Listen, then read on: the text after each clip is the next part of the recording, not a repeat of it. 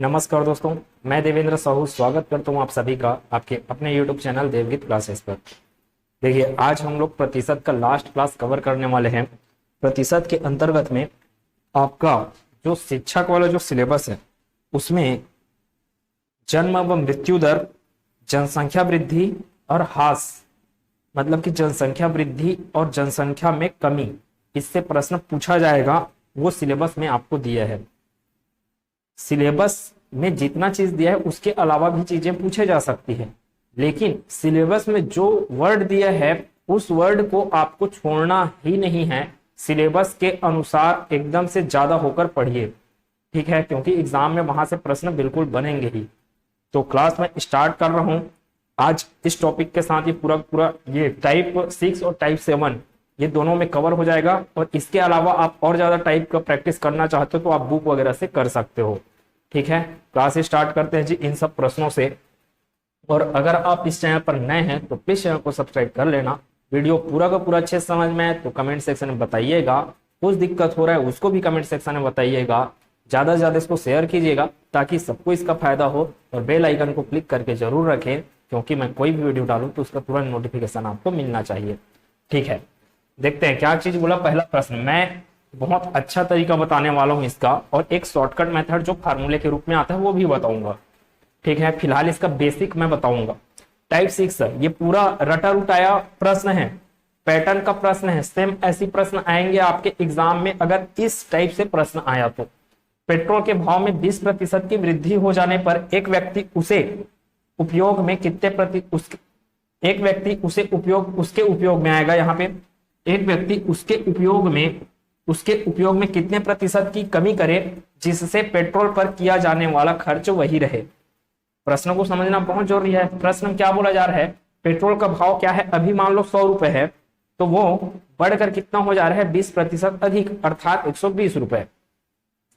तो एक व्यक्ति जितना 100 रुपए था पहले, जितना 100 रुपए था तब जितना पेट्रोल खरीद पाता था, अब 120 रुपए हो गया तो कम होना चाहिए। फिर उसका 120 रुपए हो गया तो वो पेट्रोल की मात्रा क्या हो जाएगी, कम हो जाएगी, खरीद पाने की क्षमता। प्रश्न क्या बोला जा रहा है कि अभी 100 रुपए है अगर पेट्रोल की कीमत, और बढ़ गया 120 रुपए हो गया, तो उसके पास तो 100 रुपए ही है। तो वह 100 रुपए लेके अगर जाएगा 120 रुपए का पेट्रोल लेने, तो उसको कितना पेट्रोल मिलेगा। और पहले उसको 100 रुपए में जितना पेट्रोल मिलता था उसकी तुलना में अब 100 रुपए में 120 रुपए वाला पेट्रोल कितना मिल रहा है, तो कितने की कमी आई है, वही कमी आपको यहाँ पे निकालना है। बहुत सरल तरीका है, देखते रहिए ध्यान से। एक बार और पढ़ता हूं प्रश्न को। पेट्रोल के भाव में 20% की वृद्धि हो जाने पर एक व्यक्ति उसके उपयोग में कितने प्रतिशत की कमी करे जिससे पेट्रोल पर किया जाने वाला खर्च क्या रहे, वही रहे। पेट्रोल पर किया जाने वाला खर्च कितना था बोल रहे थे, पहले आप 100 रुपए बोल रहे थे, मैं एग्जांपल दे रहा हूं ना, 100 रुपए करके उसको यूनिट में चेंज करेंगे। और यूनिट मतलब कि क्या है उसको देखते हैं। देखिए पहला प्रश्न क्या है, टाइप 6 का पहला प्रश्न, पेट्रोल के भाव में। टाइप 6 का पहला प्रश्न क्या बोल रहा है, आप डायरेक्ट ऐसे प्रश्नों में क्या करो, आप 20% दिया है, 20% को लिखो। 20% को मैं लिखा, ठीक है। और ये किस रूप में चेंज होगा, किस रूप में, 20%, ये कितना आ जाएगा, 1/5। ये भिन्नात्मक मान क्या बता रहा है, अब ध्यान से सुनिएगा। पेट्रोल का रेट पहले कितना था, 5 यूनिट, अब 5 यूनिट था, अब ये कितना बढ़ गया, उसमें 1 यूनिट बढ़ गया, तो अब पेट्रोल का दाम कितना है, अब पेट्रोल का दाम है 6 यूनिट, ठीक है। इतना चीज समझ में आ। प्रतिशत को आप फ्रैक्शन में चेंज कर दिए, भिन्नात्मक मान में चेंज कर दिए। अब उससे क्या समझ में आ रहा है अपने को कि पेट्रोल का कीमत पहले 5 यूनिट था, अब 5 यूनिट बोलने का मतलब अगर मैं यहाँ पे 10 का गुना कर रहा हूं तो यहाँ पे भी 10 का गुना, 50 यूनिट, 50 रुपया, 60 रुपया। अगर 100 का गुना कर रहा हूं 500 रुपया, 600 रुपया। तो यूनिट का अर्थ यही है कि आप उस यूनिट को किस रुपये में रख रहे हो, 50 रुपए, 20 रुपए, जो भी आपका मन है, ठीक है। अब ये क्या है, 5 यूनिट है, ये क्या है, 6 यूनिट है। क्या चीज समझ में आ रहा है, पेट्रोल के भाव में 20% का वृद्धि हो गया, 20% का वृद्धि हुआ तो 5 यूनिट बन के कितना बन गया, 6 यूनिट। एक व्यक्ति उसके उपयोग में कितने प्रतिशत की कमी करे। अब मेरे को क्या करना है, 5 और 6 का क्या निकाल लेना है मेरे को, एलसीएम। 5 और 6 का क्या निकाल लू मैं, एलसीएम। क्या बन जाएगा, 5 और 6 का एलसीएम क्या होता है, 30। इसका मैं मेथड बताया डायरेक्ट कैसे एलसीएम निकाला जा सकता है। 6 का पहाड़ा पढ़ते जाइए, ऐसा संख्या जो 5 से भी डिवाइड हो, 6 से भी डिवाइड हो जाए, वही क्या हो जाएगा, इसका एलसीएम हो जाएगा। तो 30 क्या हो गया, एलसीएम। ठीक है, किसका किसका बोल रहा हूं, 5 और 6 का एलसीएम। अब देखो 30 रुपए है, मान लो 30 रुपए है पेट्रोल की कीमत। ठीक है, तो 5 यूनिट बराबर क्या आ जाएगा, 5 से भाग दे देंगे 30 को, तो कितना आएगा, 6 रुपए आएगा। और 6 से भाग दे देंगे 30 को, तो ये कितना आएगा, 5 रुपए। मैं थोड़ा सा घुमाने टाइप वाला बता रहा हूं, डायरेक्ट आएंगे हम लोग फार्मूले में, फार्मूले से एकदम तुरंत बनने वाला है ये। देखो 5 यूनिट था जब पेट्रोल की कीमत, तब 30 रुपए में कितना पेट्रोल मिलता था, तो 6 यूनिट पेट्रोल मिलता था। और जब वही 5 यूनिट बढ़कर कितना हो गया, 6 यूनिट, तब 30 रुपए में कितना पेट्रोल मिलता है आपको, 5 यूनिट। 30 रुपए में कितना पेट्रोल मिलता है आपको, 5 यूनिट। अब प्रश्न में बोला क्या जा रहा है कि देखो 5 यूनिट से कितना हो गया, 6 यूनिट। आपको क्या करना है, पहले कितना मिल रहा था, 6 यूनिट, अब कितना मिल रहा है, 5 यूनिट। कितने रुपए में, 30 रुपए। पकड़ के वो कितना पैसा गया है, 30 रुपए पकड़ के गया है। तो 30 रुपए में पहले 6 मिलता था, 30 रुपए में अब 5 मिल रहा है। उसको क्या करना चाहिए, खर्चा ना बढ़े, इसलिए अब वो पा रहा है 5 यूनिट। तो कितने का कमी आया है, 1 यूनिट का। अब 1 यूनिट मतलब कि हो सकता है कि ये लीटर हो, 1 लीटर हो, 1 मिलीलीटर हो, कुछ भी हो, 1 यूनिट का कमी आया है। अब जब रेट बढ़ गया पेट्रोल का, तब की बात है। ठीक, तो कितने का कमी आया, 1 यूनिट का कमी आया। किसकी तुलना में, पहले कितना मिल रहा था, 6 यूनिट, अब कितना मिल रहा है, 5 यूनिट। मतलब 1 यूनिट का कमी आया, किसकी तुलना में, 6 की तुलना में। तो 1 बटे क्या हो जाएगा, 6। जिसको मैं 1 बटे 6 क्यों लिखा, इस चीज को आपको मैं समझाया कि जिसकी तुलना कर रहे हो उसको बटे के ऊपर में, जिससे तुलना कर रहे हो उसको बटे के नीचे में। ठीक है, तो किससे तुलना कर रहा हूं मैं, 6 से तुलना कर रहा हूं। किसका, इस कमी का। कितना कमी हुआ, वही तो बोला ना, कमी, इस कमी का, 1 यूनिट का। तो 1 बटे 6। और आपको वो बोला कि प्रतिशत, कितने प्रतिशत की कमी करें। अब प्रतिशत निकालना है, इसलिए क्या करना पड़ेगा आपको, 100 का गुना करना पड़ेगा। अब ये आंसर आपको क्या देगा, 2 तिया 6, 2 पचासम 100, 50 बटे 3 प्रतिशत आएगा इसका आंसर। तो ये हो जाएगा 16 सही 2 बटे 3 प्रतिशत। प्रश्न का उत्तर होगा ऑप्शन नंबर ए। अब ये चीज आपको मान लो अगर समझ में नहीं आया तो एकदम शॉर्टकट मेथड में बताता हूं, इसका स्क्रीनशॉट ले सकते हैं। देखिए शॉर्टकट मेथड क्या बोलता है, फार्मूला आपका, फार्मूला क्या है, फार्मूला है R divided by 100 plus minus R into 100%। खत्म, इतना ही फार्मूले में खत्म है।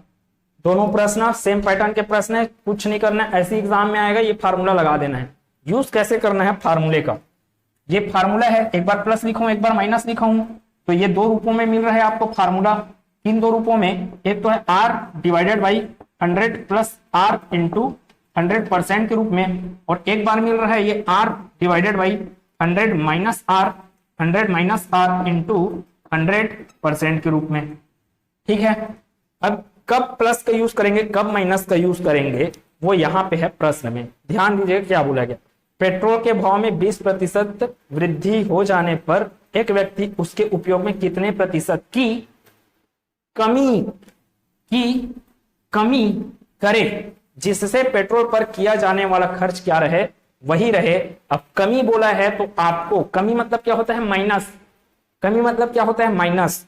तो माइनस वाले को, ये माइनस वाला फार्मूला है, तो कमी बोला है तो माइनस वाला फार्मूला आपको नहीं लेना है। इस चीज का विशेष ख्याल रखें, अगर वो कमी बोल रहा है तो आपको लेना है प्लस वाला, जबकि वृद्धि बोलेगा तब आपको लेना है माइनस वाला। फिर खत्म आपका सॉल्यूशन। देखिए एक लाइन में आ रहा है सॉल्यूशन, कैसे आएगा, कमी बोला ना, कमी बोला मतलब कौन सा फार्मूला यूज करूंगा, प्लस वाला। तो ये पहले प्रश्न के लिए सॉल्यूशन कैसे जाएगा आपका, R का वैल्यू कितना है 20 बटे, है ना, 20% बोला, बटे क्या है 100, प्लस आर का वैल्यू कितना है, रेट है ना, आर मतलब रेट, रेट मतलब कि दर, और दर क्या दिया है आपको 20%, तो यहां पर 20 गुना 100%, झटाक से आपके पास आंसर है 20/120 गुना 100%। ये खत्म हो गया इससे, ये कितना है 2 एकम 2, 2 छके 12, फिर से देख सकते हैं आप 100/6 आपको आखिर मिल गया प्रतिशत के रूप में, 50/3 होगा, आंसर आ जाएगा आपका 16 सही 2/3%। एकदम तुरंत आपको आंसर मिलने वाला है। इस शॉर्टकट फार्मूले से आपको सिर्फ ये वाला फार्मूला याद के रखना है, और ये क्या है आपको पैटर्न के क्वेश्चन है, ऐसे एग्जाम में प्रश्न आते हैं। दूसरे प्रश्न में चलते हैं, ये दूसरे प्रश्न के लिए सॉल्यूशन देने वाला है। एक कर्मचारी की मजदूरी में कंपनी द्वारा 20% की क्या की गई, कटौती की गई। इसका मतलब यह कि हो सकता है 100 रुपए कमाता रहा होगा वो, तो उसका वेतन अब कितना कर दिया, 80 रुपए की गई। यदि उसकी मजदूरी को पुनः पहली मजदूरी के बराबर लाना हो, अब 100 रुपए की जगह 80 रुपए किया वो, अब उस 80 रुपए को 100 रुपए और लाना है, तो उस मजदूर को और ज्यादा मेहनत करना पड़ेगा ना, तो अपनी मजदूरी में उसको वृद्धि करना पड़ेगा। फिर मतलब जितना घंटा काम करता था पहले, उससे ज्यादा घंटा काम करना पड़ेगा, तब तो वो वापस 100 रुपए में पहुंच पाएगा। तो यहाँ पे क्या बोला जा रहा है, यदि उसकी मजदूरी को पुनः पहली मजदूरी के बराबर लाना हो, तो उसके मजदूरी में कितने प्रतिशत की वृद्धि करनी चाहिए। शब्द क्या है यहाँ पे, वृद्धि। वृद्धि मतलब कि बढ़ना, और बढ़ना मतलब प्लस होता है, लेकिन आप प्लस नहीं लोगे, आप लोगे माइनस वाला फार्मूला। जैसे कि यहाँ कमी, कमी का अर्थ होता है माइनस, लेकिन यहाँ पे आप माइनस वाला फार्मूला ना लेके कौन सा फार्मूला लिए, प्लस वाला फार्मूला लिए। तो यहाँ पे वृद्धि प्लस को दर्शा रहे, लेकिन आप क्या लोगे, माइनस वाला फार्मूला। माइनस वाला फार्मूला कौन सा दिख रहा है, R/100 माइनस R। खत्म करें, यहां से R का वैल्यू कितना समझ में आ रहा है, 20%, 20/100 माइनस 20 गुना 100%। आंसर क्या आएगा अपने पास, 20/80 गुना 100%। 20 एकम 20, 20 चौक 80, और 100 गया 4 से, कितने बार में भाग, 25 बार में भाग, आंसर अपने पास है 25%। एकदम तुरंत से ये आंसर आ गया। ठीक है, उम्मीद है चीजें समझ में आया होगा, स्क्रीनशॉट लेंगे। टाइप 7 लास्ट प्रश्न में मैं चलता हूं। देखो टाइप 7 का प्रश्न है। अब टाइप 7 का प्रश्न आपको क्या बोला जा रहा है, आपके सिलेबस में दिया हुआ है वही वाला प्रश्न है, कुछ नहीं करना है। मैं आपको अगर बोलता हूं आज मेरे पास 100 रुपए है, मैं 100 रुपए कमाता हूं आज की डेट में, और मैं बोला अगले साल मेरे कमाई में 20% की वृद्धि हो गई, 20% की वृद्धि हो गई, तो आप क्या पाए, 120 रुपए। फिर अगले साल आप कितना कमाओगे, मतलब मैं कितना कमाऊंगा, 120 रुपए कमाऊंगा। अब मैं बोलूंगा हर साल क्या हो रहा है, 20% की वृद्धि हो रहा है, किसमें, मेरे वेतन में। मेरा वेतन था 100 रुपए, उससे ज्यादा कितना हो गया अगले साल, 120 रुपए, और उसके अगले साल 140 रुपए। ये बिल्कुल नहीं सोचेंगे, अगले साल फिर क्या हो जाएगा, 120 रुपए का 120%। ध्यान दीजिए क्या बोला, अगर 20% की वृद्धि हो रही है एक साल में, तो 20% की वृद्धि को कैसे लिखोगे, 100 गुना वेतन कितना हो जाएगा, 120/100 है ना। 20% की वृद्धि मतलब कि 120% हो गया, 120%। आपको जो मूल वेतन दिया है उसमें क्या कर दोगे आप, गुना 120/100 का, तो आपको मिल जाएगा नया वेतन। कितना मिल रहा है आपको, 120 रुपए। ये तो हो गया आपका नया वेतन पूछ रहा है। तब अगर आपको बोलेगा कि कितना प्रतिशत वृद्धि हुआ है, तो कितना प्रतिशत वृद्धि हुआ है, 20% ही तो हुआ है।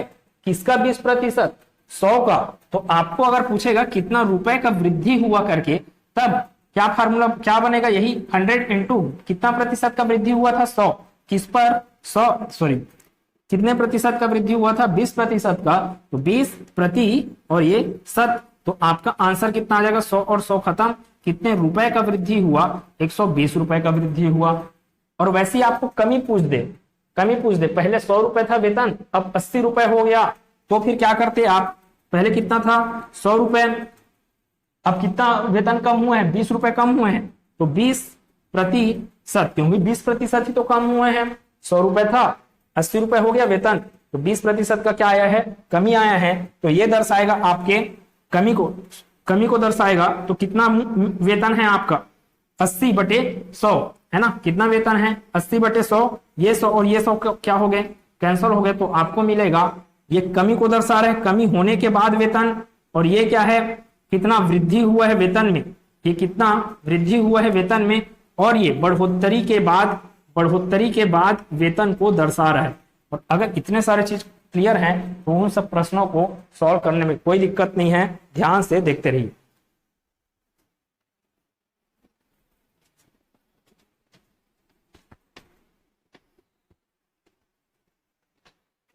पहले प्रश्न को हम लोग बाद में सॉल्व करते हैं, दूसरा, तीसरा और चौथा प्रश्नों को पहले सॉल्व किया जाए। देखियो क्या क्या बोला गया, दूसरा प्रश्न क्या बोला, वर्ष 2017 में जनसंख्या कितना है, 1,25,000 है, और 2018 में कितना हो जा रहा है, 1,87,500। तो जनसंख्या में हुई प्रतिशत वृद्धि क्या है, तो आपको क्या करना पड़ेगा, पहले कितना था, 1,25,000 था, है ना, 1,25,000 था जनसंख्या। अब कितना हो गया, ये तो 2017 में है, 2018 में कितना हो जा रहा है, बोल रहा है वो 1,87,500 जनसंख्या हो गया। तो अंतर कितने का आया, जनसंख्या में अंतर कितने का आया है यहाँ पे, ये तो 0 का 0, 5 से 0 गया 5, 7 में 5 गया 2, 18 में 12, 8 में 2 बोल सकते हो 6। तो ये इतना आया, क्या चीज, 2017 की तुलना में 2018 में वृद्धि हो गया कितने लोगों का, 62,500 लोगों का। प्रश्न में पूछा क्या जा रहा है, जनसंख्या में हुई प्रतिशत वृद्धि क्या है, प्रतिशत वृद्धि को पूछ रहा है, किस रूप में, प्रतिशत के रूप में। वृद्धि कितना हुआ है, 62,500 का किसकी तुलना में वृद्धि होगा, तो 2017 के जनसंख्या की तुलना में हो रहा है ना, तो 2017 को ही तो बोलोगे कि 2017 की तुलना में इतना वृद्धि हो गया करके। तो तुलना किससे हो रहा है, 2017 की जनसंख्या, 2017 की जनसंख्या क्या है, 1,25,000। अब प्रतिशत निकाल रहे हो इसलिए गुना क्या आएगा, 100%। ये 0 2 0 ऊपर नीचे कैंसल आउट, 1 0 यहाँ पे 1 0 यहाँ पे, ठीक, इतनी बात। और क्या किया जा सकता है, 125 से भाग दोगे 625 को, तो 125 पंचे कितने बार में, कितना हो जाएगा, 625, 5 बार में भाग जाएगा, 125 पंचे कितना हो जाएगा, 625। अब क्या है, यहाँ पे 5 है, यहाँ पे 10 है, 5 का गुना 10 से करेंगे, कितना आएगा अपना आंसर, 50% आएगा आंसर, ऑप्शन नंबर सी।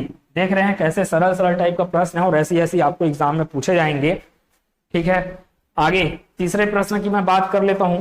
तीसरा प्रश्न, यदि किसी शहर की आबादी वर्ष 2001 तथा 2011 में क्रमशः क्या हो गया, 5,60,400 एवं 7,05,500 रिकॉर्ड की गई, तो उस शहर के जनसंख्या के वृद्धि की दर है। तो सेम आप कमेंट सेक्शन में बताइएगा, इस प्रश्न का उत्तर सेम ऐसे ही करना है कि इसको क्या करना है, 7,05,100 में किसको घटा दो, 5,60,400 को घटा दो।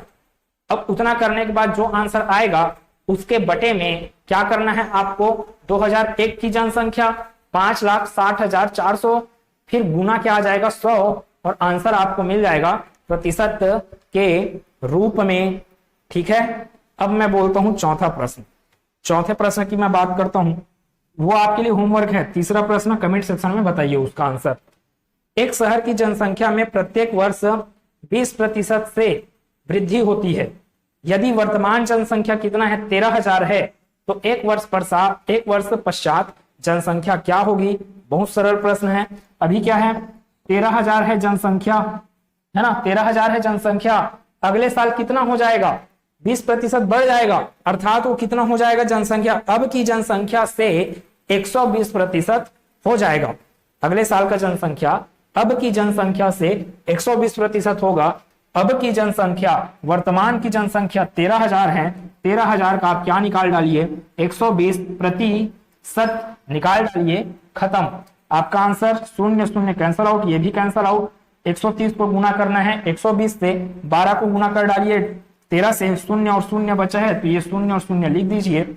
12 का गुना 13 से, यह 13 दूनी कितना हो गया 26, 13 एकम 13, 13 और 2 15, तो ये 15,600, 15,600 ऑप्शन नंबर सी प्रश्न का उत्तर होगा।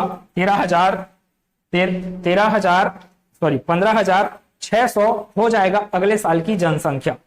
अब मान लो आपको ये पूछता कि कितना जनसंख्या बढ़ा है करके, तो कितना जनसंख्या बढ़ा है, पहले 100% था, अब कितना जनसंख्या बढ़ गया 20%।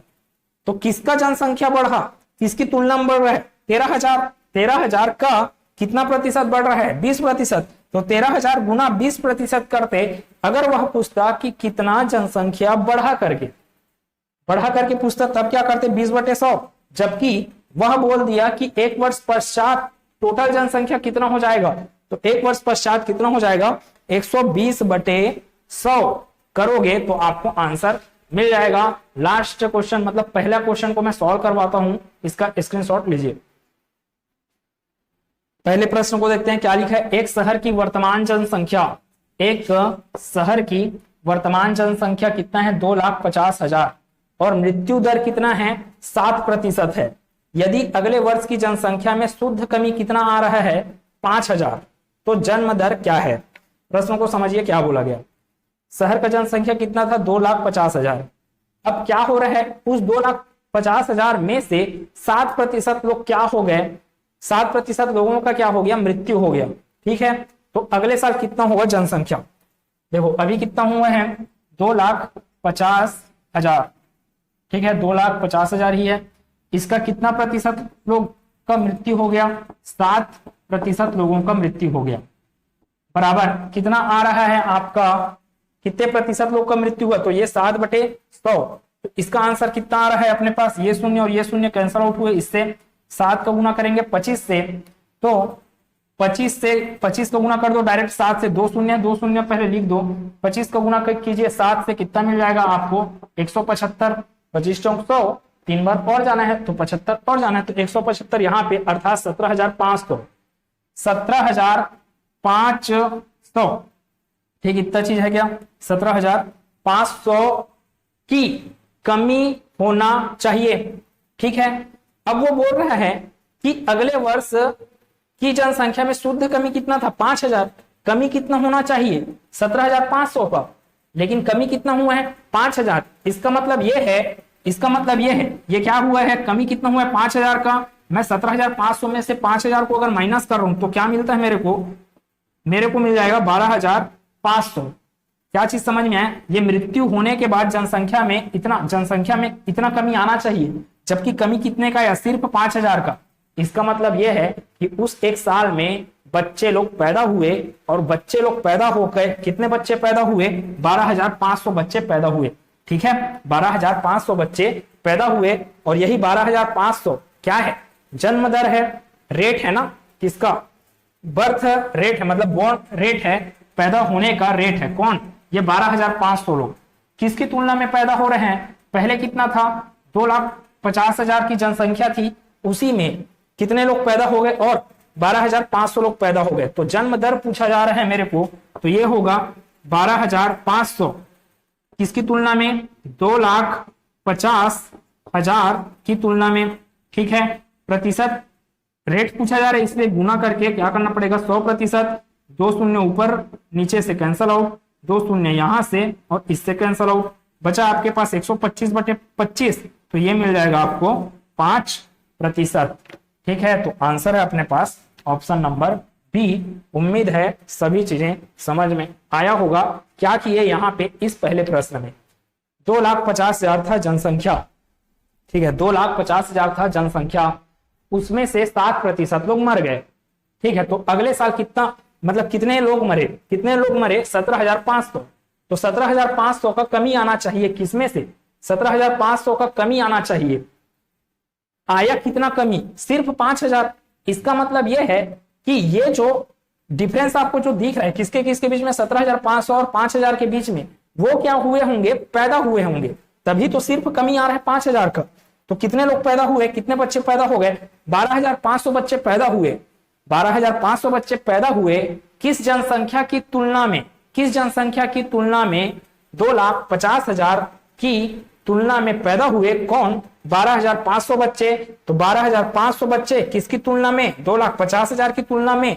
गुना कर दूंगा मैं 100% से, तो मेरे को मिल जाएगा इन बच्चों का जन्म दर कि कितने प्रतिशत लोग जन्म ले रहे हैं एक साल की अपेक्षा जस्ट आने वाले साल में। तो कितने प्रतिशत लोग जन्म ले रहे हैं? 5% लोग जन्म ले रहे हैं। स्क्रीनशॉट ले सकते हैं। तो उम्मीद है पूरा का पूरा सब चीजें समझ में आया होगा। सब चीज समझ में आया? कुछ भी दिक्कत टाइप का लग रहा है, पढ़ाने के तरीके में कुछ भी प्रॉब्लम है, तो आप बिल्कुल कमेंट सेक्शन में बोल सकते हैं। अगले क्लास में मिलेंगे जहां हम एक नए चैप्टर साधारण ब्याज की शुरुआत करेंगे। और मैं बोला था आप साधारण ब्याज, लाभ हानि, क्रय मूल्य, विक्रय मूल्य, ये सब तब तक नहीं समझ सकते जब तक आप परसेंटेज को नहीं समझे हैं। तो अगली क्लास में जाने से पहले अगर जो भी स्टूडेंट इस क्लास को नहीं देखा है तो इन परसेंटेज वाले क्लास को जरूर देखें। मिलते हैं अगले क्लास में। खुश रहिए, मस्त रहिए, अच्छे से पढ़ते रहिए। धन्यवाद।